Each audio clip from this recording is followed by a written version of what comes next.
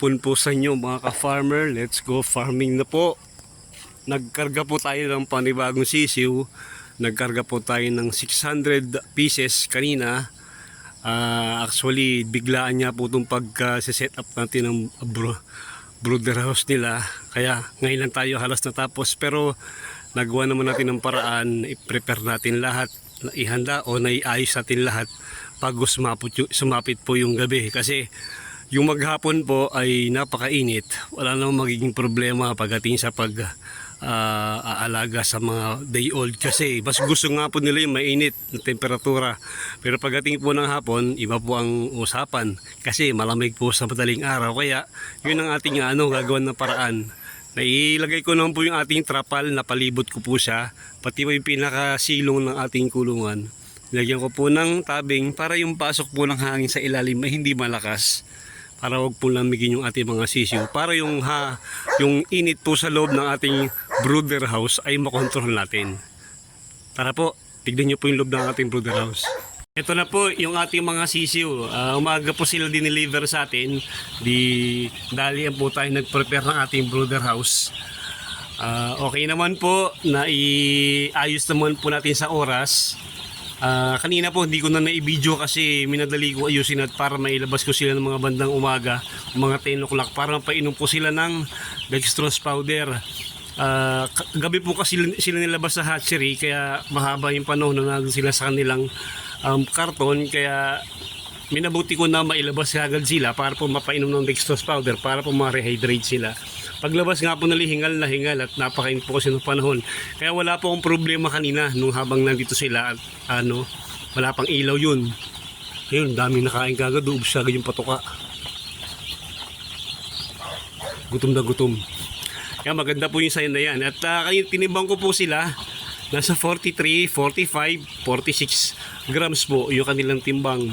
Maganda naman po ang kanilang itsura. Walang mga kumbaga walang kapansanan, walang marumi ang puwet, walang medyo matamlay. Pero kailangan po natin bukas mabigyan agad sila ng prevention para man yung kanila, kasi matagal po sila sa labas kagabi bago sila nadala dito, kaya kailangan natin magbigyan ng prevention sa kanila bukas. Malaking bagay din po yon. 600 pieces po ito. Ang kuha ko po ay 33 pesos po ang isa. Di kulang-kulang 20 mil po yung halaga nila. Nasamantala po yung panahon na mainit kasi mas madali po magpalaki ng sisiw pag ganito mainit. Unlike pag napakalamig, malaki po ang mortality, ang hirap nilang asikasuhin kasi nga po kailangan maibigay nyo yung tamang temperatura sa kanila. Hindi kagaya pag init talagang hindi na kayo halos mag-a-adjust kasi halos yung ating temperature sa labas ay nasa 30 na kagad. Lalo pa pag kinulong nyo sa ganito, di 32, di abot na abot po sa kanila. Ang problema lang po talaga pag gabi. Kaya ilagyan ko na ng pailaw. Ayan po yung magandang ilaw na ginagamit ko. Malakas po yan.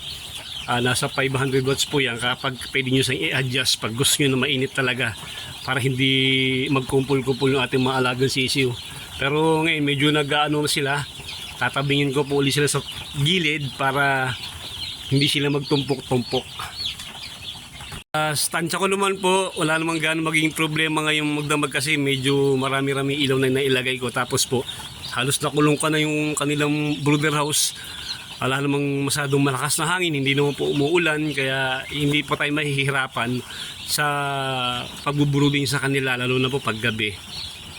At sana kung paano tayo nakapagpalaki ng maganda dito sa sa cage type na kulungan, sana ganito rin ang mangyari dito sa sa ating malaking kulungan. Ang maganda lang po dito, kapag binuksan nyo lahat, talagang malakas ang pasok mga hangin. Unlike sa cage type, talagang kailangan nyo mag-electric fan.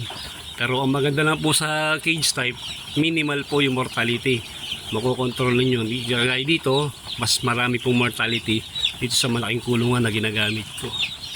Bago po ako nagkarga, naglinis muna po ako, hindi ko na nirabidyoan.